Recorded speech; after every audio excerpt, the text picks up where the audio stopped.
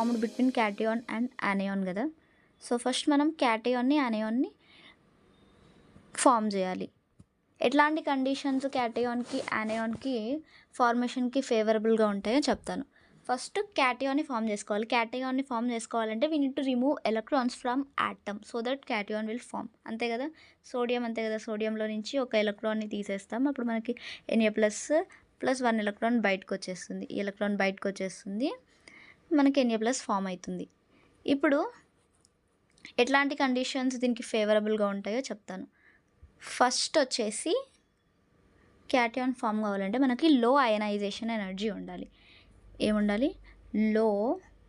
First one ఇది లో ionization energy. What is ionisation energy?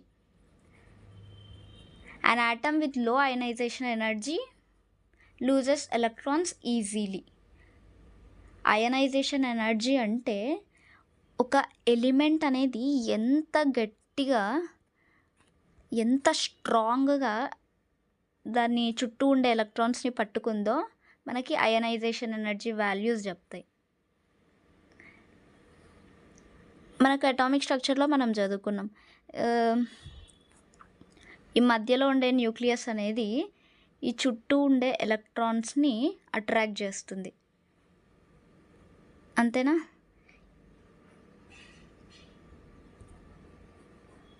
నేను ఫస్ట్ లిథియం ఎగ్జాంపుల్ తీసుకొని చెప్తున్నాను చూడండి. ఫస్ట్ షెల్లో 2 ఎలక్ట్రాన్స్ ఉన్నాయి, సెకండ్ షెల్లో మనకు 1 ఎలక్ట్రాన్ ఉంది. ఈ మధ్యలో ఉండే న్యూక్లియస్కి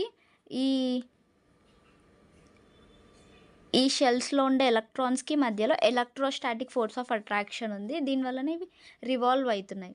ఓకే, ఇదంతా ఓకే. ఇప్పుడు మనం ఈ ఎలక్ట్రాన్ని, ఇక్కడ ఉండే ఎలక్ట్రాన్ని తీసేయగలుగుతామా ఈజీగా? తీయాలంటే మనము ఫస్ట్ ఈ పాజిటివ్కి ఈ ఎలక్ట్రాన్కి, అంతే కదా, న్యూక్లియస్ ఏమో పాజిటివ్, ఎలక్ట్రాన్ ఏమో నెగిటివ్. ఈ పాజిటివ్కి న్యూక్లియస్కి ఎలక్ట్రాన్కి మధ్యలో ఫోర్స్ ఆఫ్ అట్రాక్షన్ ఉంటుంది. ఈ ఫోర్స్ ఆఫ్ అట్రాక్షన్ని మనం ఏం చేయాలా? బ్రేక్ చేయాలి. బ్రేక్ చేసి అప్పుడు మనం ఆ లాస్ట్లో ఉండే ఎలక్ట్రాన్ని రిమూవ్ చేస్తాం. సో ఇప్పుడు మనం దీన్ని రిమూవ్ చేయాలంటే బ్రేక్ ఆ ఫోర్స్ ఆఫ్ అట్రాక్షన్కి ఆపోజిట్గా మనం బయటికి లాగాలి, ఈ ఎలక్ట్రాన్ని బయటికి లాగాలి. సో ఈ న్యూక్లియస్ ఏమో లోపలికి లాగుతుంది, ఇప్పుడు మనమేమో బయటికి తీయాలి. సో ఆపోజిట్ ఫోర్స్ మనము అప్లై చేయాలి. మీరే చెప్పండి, న్యూక్లియస్కి దగ్గరగా ఉంటే ఈజీగా ఎలక్ట్రాన్ని తీయగలుగుతామా, లేదంటే న్యూక్లియస్కి దూరంగా ఉంటే ఈజీగా ఎలక్ట్రాన్ని తీయగలుగుతామా? దూరంగా ఉంటేనే కదా, ఎందుకంటే ఈ న్యూక్లియస్ నుంచి షెల్ నెంబర్ అనేది పెరిగే కొద్దీ, అంటే ఇట్లా షెల్స్ అనేటివి పెరిగే కొద్దీ ఏమవుతుంది, న్యూక్లియస్కి ఎలక్ట్రాన్స్కి అనేది మధ్యలో ఫోర్స్ ఆఫ్ అట్రాక్షన్ డిక్రీజ్ అయిపోతుంది. దానివల్ల మనం ఈజీగా ఎలక్ట్రాన్ని రిమూవ్ చేయగలుగుతాం. సో అయనైజేషన్ ఎనర్జీ అంటే ఎంత స్ట్రాంగ్గా పట్టుకుందో యాటమ్ అనేది ఎలక్ట్రాన్స్ని, అయనైజేషన్ ఎనర్జీ వాల్యూస్ చెప్తాయి. మనకి అయనైజేషన్ ఎనర్జీ వాల్యూస్ చూసుకుంటే అటామిక్ సైజ్ ఇంక్రీజ్ అయ్యే కొద్దీ అయనైజేషన్ ఎనర్జీ వాల్యూస్ తగ్గుతుంది. అంటే సోడియం ఫస్ట్ గ్రూప్లో sodium, lithium, sodium, potassium, rubidium, caesium ఉంటాయి. దేంట్లో నుంచి మనం ఈజీగా ఎలక్ట్రాన్స్ని తీయగలుగుతాం? దీంట్లో మనకి ఎన్ని షెల్స్ ఉంటాయి? 2 షెల్స్ ఉంటాయి. దీంట్లో 3 షెల్స్, దీంట్లో 4 షెల్స్, దీంట్లో 5 షెల్స్, దీంట్లో 6 షెల్స్ ఉంటాయి. సో 6 షెల్స్ అంటే చాలా దూరం కదా. సో మనం దేంట్లో నుంచి ఈజీగా ఎలక్ట్రాన్స్ని తీయగలుగుతాం? దీంట్లో నుంచి. అంటే ఇట్లా గ్రూప్లో కిందికి పోయే కొద్దీ షెల్ నెంబర్ పెరుగుతూ ఉంటుంది గ్రూప్లో. ఫ్రమ్ టాప్ టు బాటమ్ అనేది మనకి షెల్ నెంబర్ పెరుగుతుంది. So we can easily remove electrons. Ionisation energy తగ్గుతుంది పైనుంచి కిందికి వచ్చే కొద్దీ. సో మనం ఈజీగా ఎలక్ట్రాన్స్ని రిమూవ్ చేయొచ్చు. సో మనం సోడియం కంటే పొటాషియంలో ఈజీగా తీయచ్చు, రుబీడియంలో ఇంకా ఈజీ, సీజియంలో చాలా ఈజీ. సో అన్నిటికంటే ఈజీగా మనం ఏ ఎలిమెంట్లో నుంచి తీయగలుగుతాం? సీజియంలో నుంచి మనం ఈజీగా ఎలక్ట్రాన్స్ రిమూవ్ చేయగలుగుతాం. అండ్ ఇప్పుడు second factor, low ionization energy ఉండాలి. ఒకటేమో క్యాటయాన్ ఈజీగా ఫామ్ కావాలంటే, తర్వాత low charge on ion. Low charge, ఏం charge? Positive charge. On ion. Ion మీద లో పాజిటివ్ ఛార్జ్ ఉండాలి. అంటే ఫర్ ఎగ్జాంపుల్ ఏ అనేది ఒక ఎలిమెంట్ ఉంది, A+A2+. దీంట్లో లో పాజిటివ్ ఛార్జ్ దేనికి ఉంది? దీనికే కదా. సో లో పాజిటివ్ ఛార్జ్ దేనికైతే ఉంటుందో అది ఈజీగా ఫామ్ అవుతుంది, అంతే కదా. ఫస్ట్ 1 ఎలక్ట్రాన్ని రిమూవ్ చేస్తే మనకి ప్లస్ ఫామ్ అవుతుంది. అదే 2 ఎలక్ట్రాన్స్ని రిమూవ్ చేస్తే మనకి 2. ఫస్ట్ ఇది ఫామ్ అయిన A+ ఫామ్ అయిన తర్వాతనే మనకి ఇది ఫామ్ అవుతుంది. దీంట్లో నుంచి మనము మళ్ళీ 1 ఎలక్ట్రాన్ని రిమూవ్ చేస్తే మనకి A2+ ఫామ్ అవుతుంది. సో A+ ఫామ్ కావడం ఈజీ కాబట్టి మనకి సెకండ్ది ఏమంటే లో ఛార్జ్ ఉండాలి అయాన్ మీద, క్యాటయాన్. అప్పుడు మనకి ఈజీగా ఫామ్ అవుతుంది. తర్వాత థర్డ్ది వచ్చేసేసి large atomic size. Ionisation energy, large atomic size రెండు రిలేటెడే. లార్జ్ అటామిక్ సైజ్ ఉండాలి. ఎందుకు లార్జ్ అటామిక్ సైజ్ ఉండాలి అంటున్నాను? అయనైజేషన్ ఎనర్జీలో కూడా అంతే కదా, సేమ్. అటామిక్ సైజ్ ఇంక్రీజ్ అయింది కాబట్టి shell numbers top to bottom పెరిగినందుకే మనకి ఏమైంది, అయనైజేషన్ ఎనర్జీ వాల్యూస్ తగ్గినాయి. సో మనం ఈజీగా ఎలక్ట్రాన్స్ని రిమూవ్ చేసినాం. లార్జ్ అటామిక్ సైజ్ దేనికి ఉంటుంది? షెల్ నెంబర్ పెరిగితే అటామిక్ సైజ్ పెరుగుతుంది, అంతేనా. దీంట్లోనేమో 2 shells, 3 shells, 4 shells, 5 shells, 6 shells. So మొత్తం ఇదేమి షెల్ నెంబర్ పెరుగుతుంది. అంటే ఇక్కడ టాప్ టు బాటమ్ అనేది మనకి షెల్ నెంబర్ పెరిగింది కాబట్టి సైజ్ అనేది ఇంక్రీజ్ అయింది top to bottom. So caesium నుంచి మనం ఈజీగా ఎలక్ట్రాన్ని రిమూవ్ చేయగలుగుతాం, ఎందుకంటే న్యూక్లియస్ నుంచి చాలా దూరంగా ఉంది కాబట్టి ఎలక్ట్రాన్ ఫోర్స్ ఆఫ్ అట్రాక్షన్ అనేది తక్కువ ఉంటుంది. So we can easily remove electrons from the valence shell, అంతే. ఇవి క్యాటయాన్ ఫార్మేషన్కి ఫేవరబుల్ కండిషన్స్. ఇప్పుడు మనం యానయాన్ గురించి మాట్లాడుకుందాం. యానయాన్ అంటే ఏంటిది? ఒక ఎలిమెంట్కి ఎలక్ట్రాన్స్ని యాడ్ చేయడం వల్ల యానయాన్ ఫామ్ అవుతుంది, అంతేనా. అడిషన్ ఆఫ్ ఎలక్ట్రాన్స్ చేస్తే అప్పుడు మనకి యానయాన్ ఫామ్ అవుతుంది. యానయాన్ అంటేనే నెగిటివ్లీ ఛార్జ్డ్, క్యాటయాన్ అంటే పాజిటివ్లీ ఛార్జ్డ్. యానయాన్కి ఫేవరబుల్ కండిషన్స్ ఏమంటే హై ఎలక్ట్రాన్ అఫినిటీ ఉండాలి. ఫస్ట్ కండిషన్ వచ్చేసేసి హై ఎలక్ట్రాన్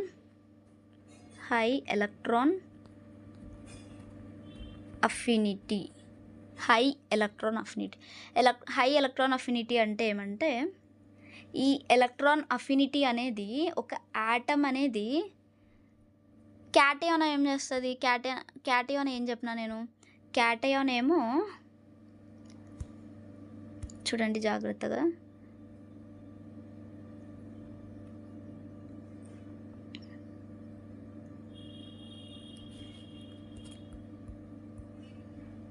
క్యాటయాన్ నుంచేమో మనము ఎలక్ట్రాన్స్ని రిమూవ్ చేయాలి. క్యాటయాన్ నుంచి ఏం చేయాలి? మనము ఎలక్ట్రాన్స్ని రిమూవ్ చేయాలి. కానీ యానయాన్ నుంచి మనం ఏం చేయాలి? ఎలక్ట్రాన్స్ని యానయాన్ అనేది యాడ్ చేసుకోవాలి, క్యాటయాన్ ఏమో రిమూవ్ చేయాలి. సో క్యాటయాన్కి మనము లార్జ్ సైజ్ ఉండాలి, అంతేనా. లార్జ్ సైజ్ ఉంటే మనం ఈజీగా ఎలక్ట్రాన్స్ని రిమూవ్ చేయొచ్చు. కానీ యానయాన్ కేసులో ఎట్లా? ఇది ఎలక్ట్రాన్స్ని యాడ్ చేసుకోవాలి కాబట్టి ఎలక్ట్రాన్స్ని అంటే ఇది నెగిటివ్లీ ఛార్జ్డ్ ఎలక్ట్రాన్ని ఈ యాటమ్ అనేది యాడ్ చేసుకోవాలి. నెగిటివ్ దాన్ని యాడ్ చేసుకోవాలి అంటే ఈ న్యూక్లియస్ అనేది ఈజీగా దాన్ని అట్రాక్ట్ చేసుకోవాలి. ఈజీగా అట్రాక్షన్ ఎప్పుడు పాసిబుల్ అవుతుంది? మనకి సైజ్ అనేది తక్కువ ఉంటే అప్పుడు ఈజీగా ఈ రెండిటికి మధ్యలో అట్రాక్షన్ ఈజీగా ఉంటుంది. అదే ఇక్కడ యాడ్ చేయాలనుకో కొంచెం మనకి అట్రాక్షన్ అనేది when compare to the second యాటమ్తో కంపేర్ చేస్తే దీనికి అట్రాక్షన్ తగ్గుతుంది. ఎందుకు? షెల్ నెంబర్ పెరిగింది కాబట్టి. సో ఎలక్ట్రాన్ అఫినిటీ అనేది సైజ్ తక్కువ ఉంటే ఎలక్ట్రాన్ అఫినిటీ ఎక్కువ ఉంటుంది. ఈ ఎలక్ట్రాన్ అఫినిటీ అనేది ఎంత ఈజీగా ఎలక్ట్రాన్ని యాటమ్ అనేది యాక్సెప్ట్ చేస్తుందో దాని గురించి చెప్తుంది. This is electron affinity. So high electron affinity ఉంటే ఈజీగా యానయాన్ అనేది ఫామ్ అవుతుంది. ఎందుకంటే హై ఎలక్ట్రాన్ అఫినిటీ ఉంటే అప్పుడు ఈజీగా ఎలక్ట్రాన్ని అట్రాక్ట్ చేసుకుంటుంది ఎలిమెంట్. తర్వాత వచ్చేసి సెకండ్ ఫ్యాక్టర్ వచ్చేసి లో ఛార్జ్ ఉండాలి. ఇందాకలాగానే దీనికి కూడా లో ఛార్జ్ ఉండాలి. అక్కడేమో పాజిటివ్ ఛార్జ్, ఇక్కడేమో నెగిటివ్ ఛార్జ్. ఇప్పుడు బి అనేది ఒకటి ఉంది, బి మైనస్, బి 2 మైనస్. ఏది ఫస్ట్ ఫామ్ అవుతుంది మనకి? బి మైనస్ ఫస్ట్ ఫామ్ అవుతుంది. సో లో ఛార్జ్ ఉండేది ఈజీగా ఫామ్ అవుతుంది. సో యానయాన్ ఫార్మేషన్కి మనకి ఈజీగా సపోర్ట్ చేస్తుంది. తర్వాత వచ్చేసేసి స్మాల్ అటామిక్ సైజ్.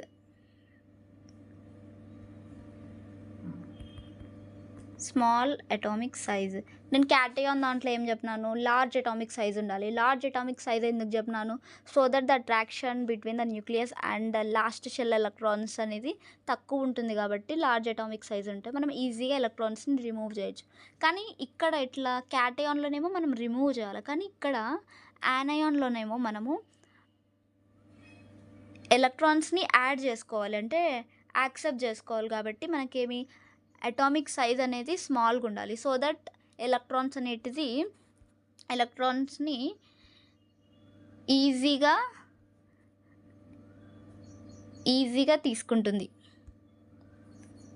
తీసుకుంటుంది ఆటమ్ అనేది. అయానిక్ బాండ్ అనేది ట్రాన్స్ఫర్ ఆఫ్ ఎలక్ట్రాన్స్ వల్ల ఫామ్ అవుతుంది. And this covalent bond is formed by mutual sharing of electrons.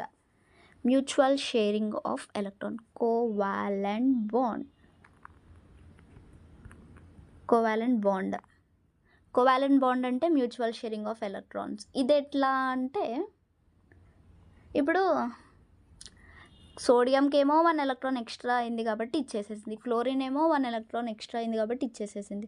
కానీ కొన్ని ఎలిమెంట్స్ ఉంటాయి లైక్ కార్బన్, దీనికి ఎలక్ట్రాన్స్ని ఇచ్చేయలేదు, తీసుకోలేదు. కాబట్టి ఇది మోస్ట్లీ ఏమంటారు, కోవాలెంట్ బాండ్స్ని ఫామ్ చేస్తుంది. అయానిక్ కూడా ఫామ్ చేస్తుంది, అదంతా వేరే కథ. ఓకే, ఇప్పుడు చూడండి బెస్ట్ ఎగ్జాంపుల్ నేను ఇప్పుడు కార్బన్ని తీసుకుంటాను. కార్బన్ అటామిక్ నెంబర్ ఎంత? 6.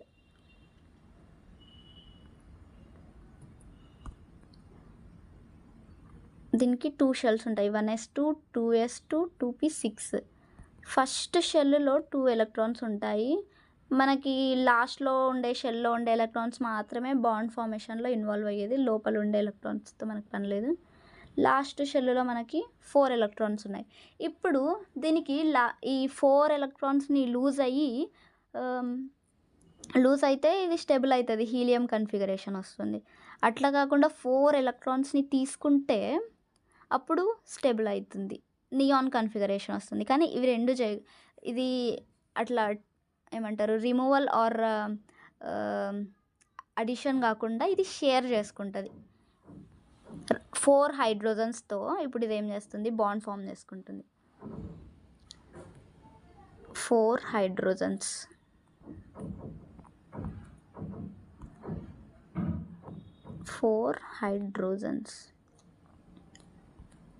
ఇట్లా చుట్టూ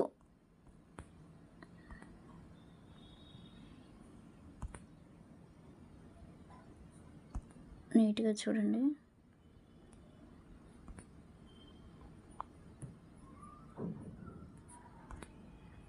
ఇట్లా దాని లాస్ట్ షెల్లో 4 ఎలక్ట్రాన్స్ ఉన్నాయి కాబట్టి 4 హైడ్రోజన్స్తో ఇది బాండ్ ఫామ్ చేసుకుంటుంది. ఇప్పుడు ఈ రెండు ఎలక్ట్రాన్స్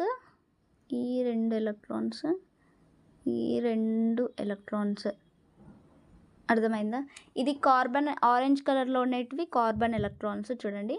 ఈ ఎల్లో కలర్ ఏమో హైడ్రోజన్ ఎలక్ట్రాన్స్. దాని కన్ఫిగరేషన్ ఏమి, హైడ్రోజన్ది 1s2 కాబట్టి ఒకటే షెల్ ఉంటుంది, ఆ షెల్లో సింగిల్ ఎలక్ట్రాన్ ఉంటుంది.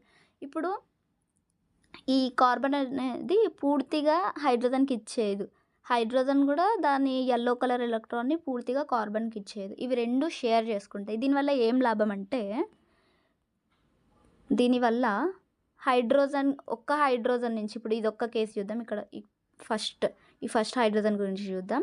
దీంట్లో హైడ్రోజన్ అనేది పూర్తిగా కార్బన్కి ఇచ్చేస్తే దీనికి ప్రాబ్లం. దీనికే ఒక ఎలక్ట్రాన్ ఆల్రెడీ కావాలి కాబట్టి షేర్ చేసుకుంటుంది. ఇట్లా షేర్ చేసుకోవడం వల్ల దీనికి ఈ బాండ్ చెందుతుంది, దీనికి ఇది చెందుతుంది. కాబట్టి హైడ్రోజన్కి 2 ఎలక్ట్రాన్స్ అయినాయి, 2 ఎలక్ట్రాన్స్. దీనివల్ల దీనికి హీలియం కన్ఫిగరేషన్ వస్తుంది, హీలియం కన్ఫిగరేషన్ వచ్చింది.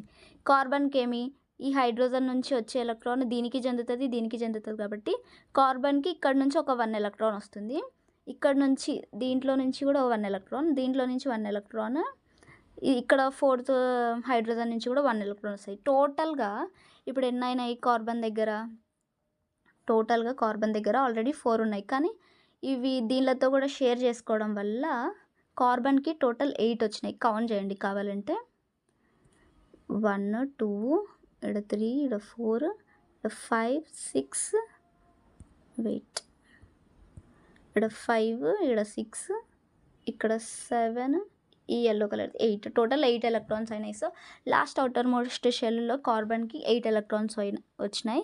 ఇట్లా ఇవి రెండు షేర్ చేసుకొని రెండు సాటిస్ఫై అవుతాయి. ఇప్పుడు ఈ కార్బన్ ఏమో నియాన్ కన్ఫిగరేషన్ వచ్చింది, 8 ఎలక్ట్రాన్స్ రావడం వల్ల ఆక్టెట్ రూల్ ఇది స్టేబుల్ అయిపోయింది. హీలియం కూడా, హైడ్రోజన్ కూడా హీలియం కన్ఫిగరేషన్ తెచ్చుకొని స్టేబుల్ అయింది. ఇట్లా కోవాలెంట్ బాండ్ ఫామ్ చేసుకొని రెండు ఆక్టెట్ రూల్ని ఫాలో అవుతూ స్టెబిలిటీ పొందుతాయి.